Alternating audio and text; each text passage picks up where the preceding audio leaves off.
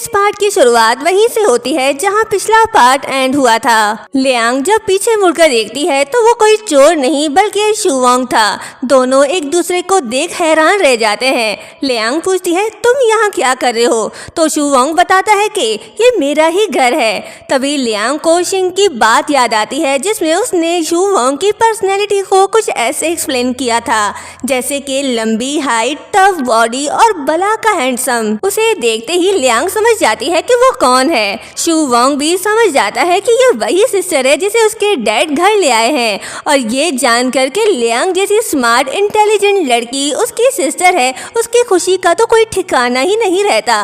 वो जल्दी से लियांग को गले लगा लेता है। एक्साइटमेंट में वो लियांग को इतनी टाइटली हग करता है कि बेचारी से सांस भी नहीं लिया जा रहा था। जब शू वोंग को रियलाइज होता है तो वो फौरन उसे छोड़कर कहता है I am really sorry, actually मेरे बचपन से ही यही विश थी कि मेरी एक क्यूट सी बहन हो और आज तुम्हें देखकर ऐसा लगा जैसे ऊपर वाले ने मेरी सुन ली, बस इसलिए मैं खुद को कंट्रोल नहीं कर पाया। तो ये सुन लियांग स्माइल करती है और कहती है मैंने जैसे इमेजिन किया था तुम बिल्कुल वैसे ही हो। बाय द वे क्या तुम्हें भूख लगी है? तभी शू वोंग के पेट से जो सुबह से भूखा था गुड़गुड़ की आवाज आने लगती है। वो लियांग को बताता है कि ड्यूटी के चक्कर में उसने आज पूरा दिन कुछ नहीं खाया।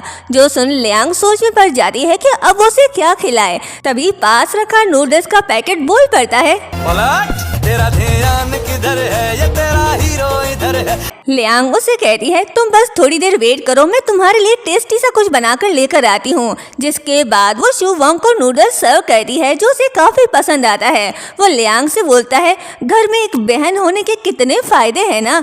मैं रात को चाहे जितना भी देर से घर आऊँ मगर आज तक मेरे किसी भाई ने भी मेरी इतनी फिक्र नहीं की। तभी जैकेट जनाब बोलते हैं कि हाँ, और वो शिंग हर बार तुम्हारे स्नैक्स चुरा कर खा जाया करता था। तुम्हारी ये लिटिल सिस्टर बहुत केयरिंग है। मोबाइल भी बोल पड़ता है कि अरे बस कर दो यार, और कितना खाओगे? तुम्हें अपना केस सॉल्व नहीं करना क्या? तुम्हें उस लड़की को इंसाफ दिलवाना होगा। वो आदमी जिसने उस लड़की के साथ गलत करने की कोशिश की थी वो आज रात 4 बजे फ्लाइट से कंट्री छोड़कर जा रहा है। जल्दी नहीं की तो वो बच निकलेगा। हथकड़ी भी कहने लगती है कि ओ वो बेचारी लड़की, बड़ी हिम्मत करके उसने रिपोर्ट दर्ज करवाई और वो कमीना आराम से बार में बैठा मजे कर रहा है।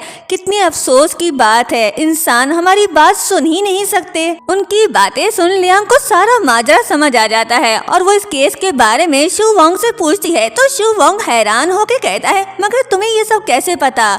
तो लियांग जवाब देती है मुझे ये सब इन ऑब्जेक्ट्स ने बताया। छोड़ो, तुम नहीं समझोगे और शायद तुम्हें मेरी बातों पर यकीन भी नहीं आएगा। मगर शू वोंग कहता है मुझे तुम पर पूरा यकीन है, तुम जो कुछ भी बोल रही हो 100% सच है। फिर वो कहता है वैसे इन ऑब्जेक्ट्स ने तुम्हें क्या बताया? वो सस्पेक्ट कैसा दिखता है? लियांग कहती है ये तो मुझे नहीं पता, मगर हाँ वो इस वक्त बार में बैठा पार्टी कर रहा है और आज रात 4 बजे वाली फ्लाइट से अब्रॉड भागने वाला है। ये सुनते ही शू वोंग सस्पेक्ट को अरेस्ट करने की तैयारी कर लेता है और लियांग को भी अपने साथ चलने को बोलता है। तो लियांग कहती है क्या मगर मैं तुम्हारे साथ क्या करूंगी? तो शू वोंग कहता है अगर तुम बाकी चीजों की आवाज सुन सकती हो तो तुम उस लड़की की मदद जरूर कर सकोगी। दूसरी तरफ दोनों बहन भाई काफी खुश थे। जैसे तैसे पैसों का इंतजाम करके मिस्टर हे की कंपनी के साथ इन्वेस्ट कर लिया। अब मिस्टर हे शीशी के साथ एंगेजमेंट नहीं तोड़ेंगे। वो खुशी थे कि तभी लिन यी को उसके फ्रेंड का मैसेज आता है जो उसे बताता है कि लियांग उसी बार में आई हुई है जहां मिस्टर हे आया हुआ है। मैसेज पढ़ वो शीशी से कहता है मेरे साथ चलो, वो लियांग तुम्हारे फियांसे के पास पहुंच गई है, कहीं ऐसा ना हो वो उसे तुमसे छीन ले। वहीं दूसरी तरफ शू वोंग और लियांग बार पहुंच जाते हैं लेकिन यहाँ पर तो काफी शोर है। लियांग को कुछ भी सुनाई नहीं दे रहा। वो बहुत ध्यान लगाकर सुनने की कोशिश करी होती है।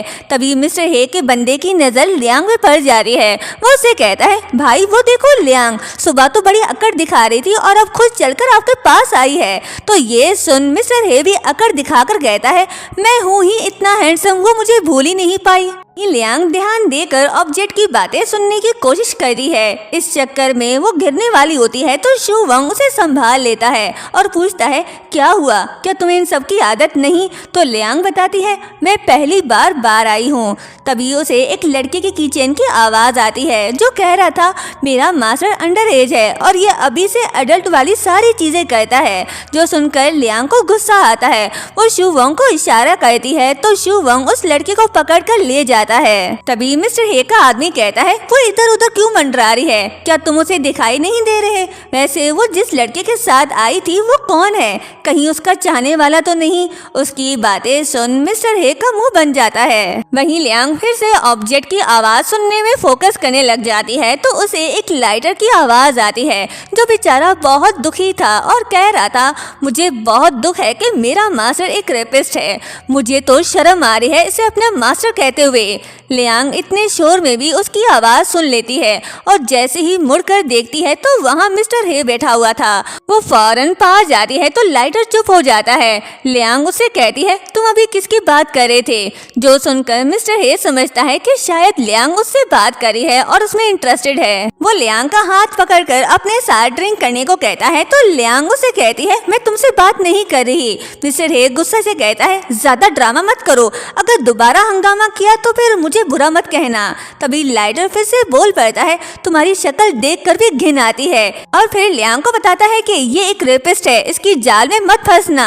जो सुन लियांग लाइटर उठाकर मिस्टर हे से पूछती है ये तुम्हारा है? तो वो हाँ कहता है। तो लियांग मिस्टर हे का हाथ पकड़ लेती है ताकि वो भाग न जाए। तो मिस्टर हे हंसने लगता है और कहता है अरे वाह, मुझे नहीं पता था कि मैं इतना हैंडसम हूँ कि मेरे कहे बिना ही ये मुझे अपने साथ ले जा रही है। लियांग शू वंग को कॉल करी होती है लेकिन वो कॉल अटेंड नहीं कर रहा होता।